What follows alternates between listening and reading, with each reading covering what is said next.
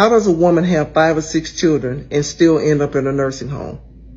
Unless you are someone's child, you do not know that they are a great parent.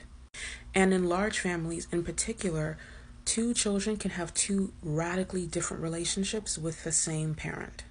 I'm saying this as a mother. I believe that parenthood, especially motherhood, is deified in a way that is wholly unproductive to society as a whole. Literally, anytime someone has a valid criticism on mothers as a whole, or their mother in particular, they get hit with the term mom shaming. But if you're doing things that you've been told that you are aware are dangerous to your child, or putting your child in harm's way, are a form of child abuse or neglect, or you're simply treating your children as disposable objects, maybe you need to be shamed deeply. Because we don't really have a term for it when those then adult children want nothing to do with that mother. In fact, we demonize and criticize and proselytize to people who have cut off a parent by saying, oh, well, that's your mom or that's your dad, and you only get one of those.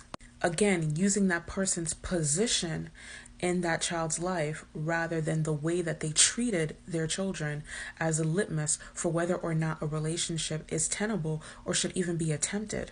Consider this. If a person is a parent, that means that by definition, they've been on this earth longer than their children. That means that they had that extra time to learn things like proper communication, emotional control, boundaries, etc. Things that they could have used to facilitate a more productive, beneficial, healthy relationship with their child, and they failed to do so.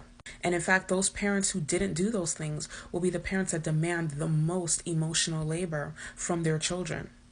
But the thing about parenthood is that eventually there comes a day when they're not a little kid anymore, where it's not your house, your rules.